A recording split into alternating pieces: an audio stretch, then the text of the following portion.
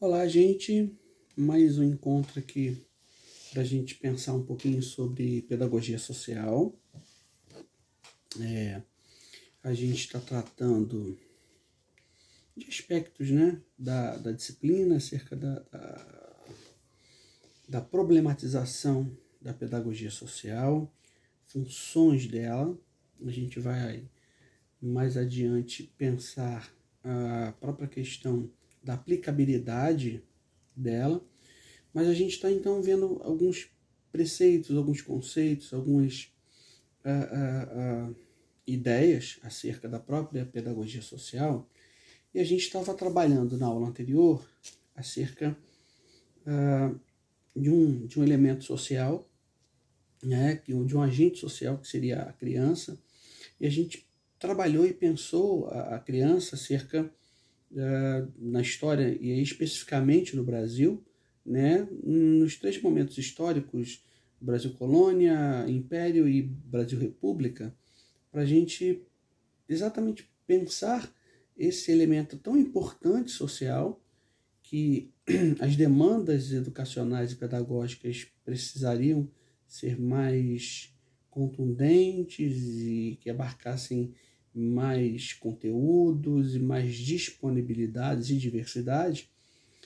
A gente percebe que o fator histórico, entender a questão cultural, foi fundamental, porque nesse percurso, né, histórico anterior que a gente pensou a respeito da criança e o próprio adolescente, eles eram tratados como pequenos adultos, né, pequenos adultos, cujos direitos eram o tempo inteiro violados, né?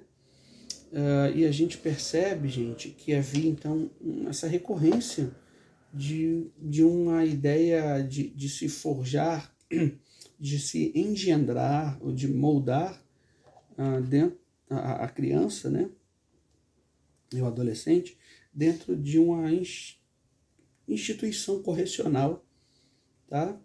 Para que ela não fosse um problema, que não envolvesse repercussões para a sociedade. Então essa era a visão que se tinha da infância no Brasil. Então nesse momento histórico a gente percebe que moldar a criança, né,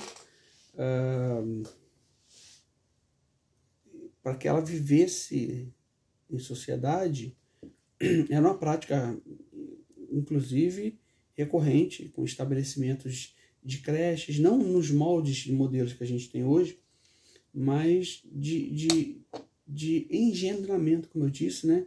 De forjar essa criança dentro do aspecto de ser um pequeno adulto, para trabalho, enfim. Não havia a preocupação de desenvolvimento desse ser social enquanto um educando, né?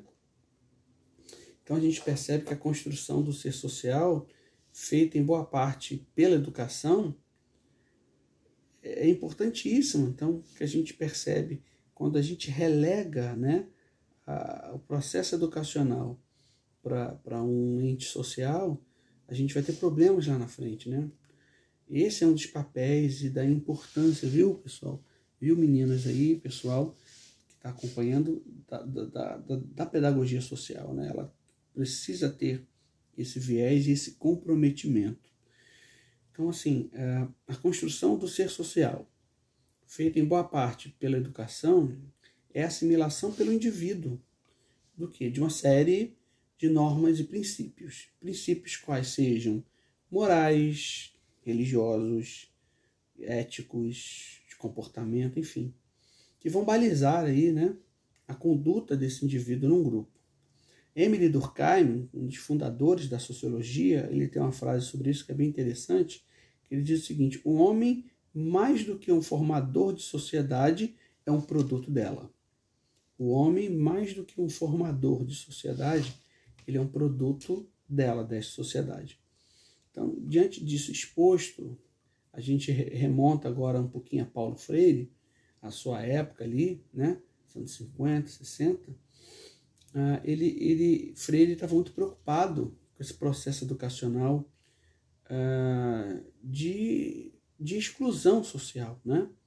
E ele começa a trabalhar a questão de conceitos a partir, sobretudo, de dois alicerces, de dois fundamentos, que é o fundamento dialógico e dialético, ou seja, estabelecendo um diálogo e estabelecendo um processo crítico, dialética, em essência, é isso, desculpa, para a educação.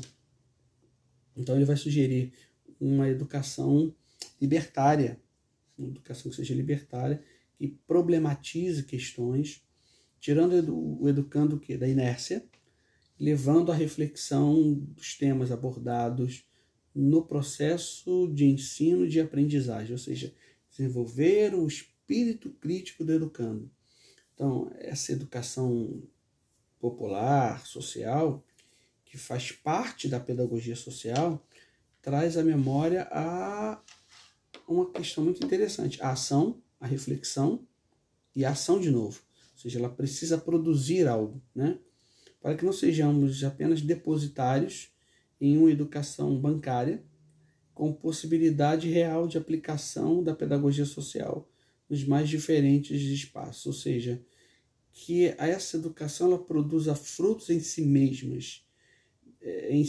não apenas especificamente a partir de mecanismos pré-moldados. Não. O educando é um ser que pensa, é um ser que ele precisa ser alguém que expresse opiniões, não apenas que as verbalize ou que simplesmente as copie.